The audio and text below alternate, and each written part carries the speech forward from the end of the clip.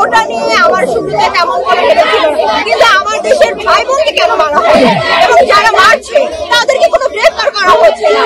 এখন পর্যন্ত আমাদের প্রধানমন্ত্রী বলছেন এটা অন্য একটা দলের নাম, বলছেন এটা বলছেন।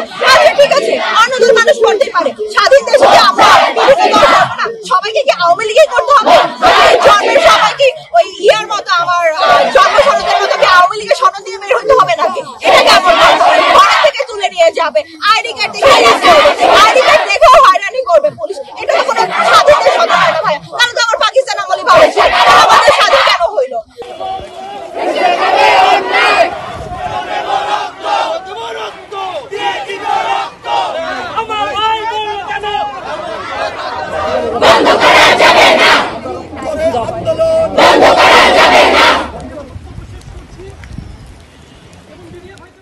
এই যে রিয়ামণি মারা গেছে, এই যে আবু সাইদ মারা গেল, তার কারা? হুইজ আবু সাইদ?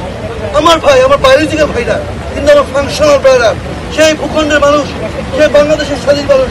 ডাক্তার সজীব মারা গেছে, আবার আমার এক ডাক্তার হারিয়ে গেছে 20 দিন ধরে উত্তরবঙ্গের এক মেডিকেল কলেজে। এইগুলো জিনিস আপনাদের পত্রিকার মাধ্যমে, আপনাদের মিডিয়ার মাধ্যমে আপনারা হাইলাইট করবেন। রাতে আমাদের পলিটিক্যাল লিডাররা ঘুমাতে পারে না, আমাদের ছাত্ররা ঘুমাতে পারে না, তারা বাসায় থাকে না। আপনারা দেখেছেন যে নাহিদকে কিভাবে মারছে। নাহিদের পায়ের উপর একটা পেপার দিয়ে ওর পুরো খাইয়ে গুরুকে নিচে মেরে লাল করে দিচ্ছে। আমাদের মধ্যে ডাক্তারদের মধ্যে একটা কমন সেইং আছে যে আমাদের পক্ষে না আসলে অথবা অনেক সময় বাড়াবাড়ি হয়ে যায়, অবশ্যই অনেক রিপোর্ট যেগুলো আমাদের অনুকূলে যায় না, আমরা বলি হলুদ মিডিয়া। আবার অনেকে বলে কসাই ডাক্তার, এগুলো কিছুই না, কিন্তু এগুলো হচ্ছে আমাদের পেশার মধ্যে বিভাজন সৃষ্টি করা, আর কিছুই না।